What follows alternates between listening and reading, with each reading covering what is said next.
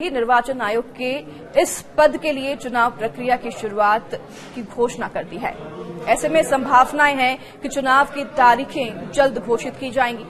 इसी बीच बीजेपी इस पद के लिए अपनी विचारधारा के प्रति समर्पित कार्यकर्ता को उम्मीदवार बना सकती है। फिलहाल जिन नामों पर पार्टी में विचार चल रहा है उनमें कर्नाटक के राज्यपाल थावरचंद गहलोत सबसे प्रबल दावेदार माने जा रहे हैं। अन्य नाम सिक्किम के राज्यपाल ओम माथुर का भी है। तो वहीं इंडिया गठबंधन एक संयुक्त उम्मीदवार उतारने की तैयारी में है।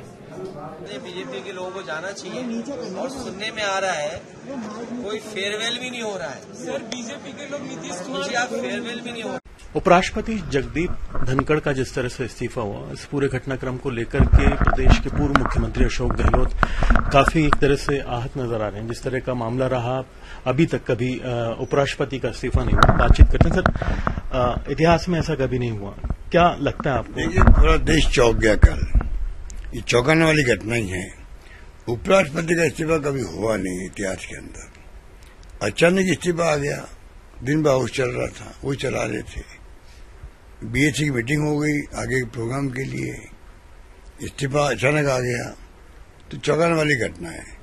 राजस्थान वालों को विशेष धक्का लगा है क्योंकि राजस्थान से थे वो, और किसानों की आवाज जो है पार्लियामेंट के अंदर भी और बाहर भी हमें उठाई उन्होंने।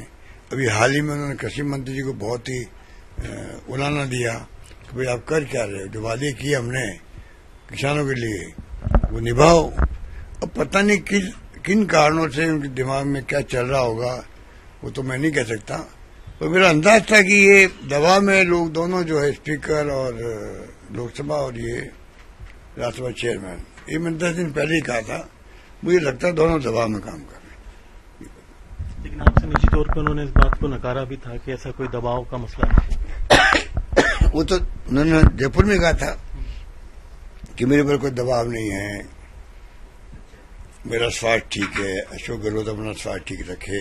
वो बातें तो मैंने भी सुना के कही है, हमारे पुराने मित्र हैं, सब बातें अपनी जगह है। परंतु अचानक जो इस्तीफा हुई तो आरएसएस वालों को मालूम है, मोहन भागवत जी को या प्रधानमंत्री जी को मालूम होगा, और तो मुझे लगता नहीं किसी को मालूम होगा। 50 साल पता नहीं अभी कोई इनका आरएसएस और बीजेपी का कोई बहुत बड़ा गेम प्लान हो तो मुझे पता नहीं क्या है, पर अचानक घटना होना मैं समझता हूँ ये चौंकाने वाली है। आपने कहा कि प्रधानमंत्री को चाहिए कि वो मनाएं, कोशिश करें कि इस्तीफा वापस लें। ये हमारी पार्टी का स्टैंड जो मैंने बताया। वहीं आपको बता दें कि भले ही एनडीए के पास बहुमत है, फिर भी विपक्ष मानता है कि मुकाबला पूरी तरह एक तरफा नहीं है, उसे चुनाव से पीछे नहीं हटना चाहिए।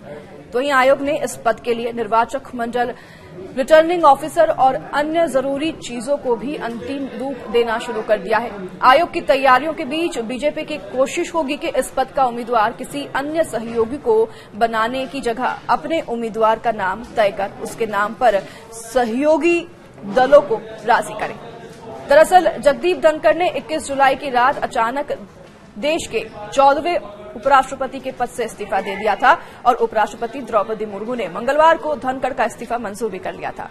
74 साल के धनखड़ का कार्यकाल 10 अगस्त 2027 तक था और अब चुनाव के नतीजे इस पर भी निर्भर करेंगे कि किस पक्ष के पास कितना बहुमत है। बता दें कि लोकसभा में कुल 542 सदस्यों में से एनडीए के पास 293 और इंडिया गठबंधन के पास 234 सदस्य हैं। राज्यसभा में 240 सदस्यों की प्रभावी संख्या में से एनडीए को करीब 130 और इंडिया गठबंधन को 79 सांसदों का समर्थन है। कुल मिलाकर एनडीए के पास 423 और इंडिया गठबंधन के पास 313 सांसदों का समर्थन है। शेष सदस्य किसी भी खेमे से जुड़े नहीं हैं और ऐसे में थावर गहलोत का नाम रेस में आगे चल रहा है। थावरचंद गहलोत अभी कर्नाटक के राज्यपाल हैं। 77 वर्षीय गहलोत राज्यसभा में सदन के नेता रह चुके हैं, साथ ही केंद्रीय मंत्री का पद भी संभाल चुके हैं। बीजेपी में वे सर्वोच्च नीति निर्धारक इकाई पार्लियामेंट्री बोर्ड के सदस्य भी रहे हैं। वहीं जातीय समीकरण यानी कि दलित में भी वह फिट बैठते हैं और इस समीकरण में भी वह फिट बैठने की वजह से उनका नाम रेस में आगे है। वह मध्य प्रदेश से हैं, उनके पास प्रशासनिक अनुभव भी है। तो वहीं दूसरी ओर ओम माथुर को भी मोदी और शाह का करीबी बताया जाता है। ओम माथुर अभी सिक्किम के राज्यपाल हैं। 73 वर्षीय माथुर पार्टी के कद्दावर नेता हैं और राजस्थान से वह आते हैं। वे गुजरात के चुनाव प्रभारी तब रहे हैं जब पीएम मोदी वहां के मुख्यमंत्री थे। वे मोदी के साथ ही केंद्रीय गृह मंत्री अमित शाह के भी करीबी माने जाते हैं। माथुर राष्ट्रीय स्वयंसेवक संघ में भी प्रचारक रह चुके हैं। तो वहीं कयास यह भी है कि निर्वाचन आयोग की तरफ से उपराष्ट्रपति पद के चुनाव की तारीख घोषित होते ही इस पद के लिए एनडीए प्रत्याशी के नाम की घोषणा कर दी जाएगी। और यदि बीजेपी के किसी प्रत्याशी के नाम पर एनडीए में सहमति बनाने में समस्या आई तो मौजूदा उपसभापति हरिवंश भी इस पद के उम्मीदवार बनाए जा सकते हैं। बीजेपी के एक वरिष्ठ नेता का ये कहना है कि प्रत्याशी का चयन ठोक बजाकर ही किया जाएगा, क्योंकि विपक्ष से भी कोई मजबूत प्रत्याशी उतारे जाने की पूरी संभावना है। ऐसे में एनडीए इस पद के लिए प्रत्याशियों के कद, अनुभव व जातीय समीकरण को प्राथमिकता देगी। बता दें कि जगदीप धनखड़ ने 21 जुलाई 2025 को इस्तीफा दिया और उनकी उम्र 74 साल है। धनखड़ ने सोमवार देर रात राष्ट्रपति द्रौपदी मुर्मू को लिखे पत्र में स्वास्थ्य कारणों का हवाला देते हुए अपने पद से इस्तीफा दे दिया।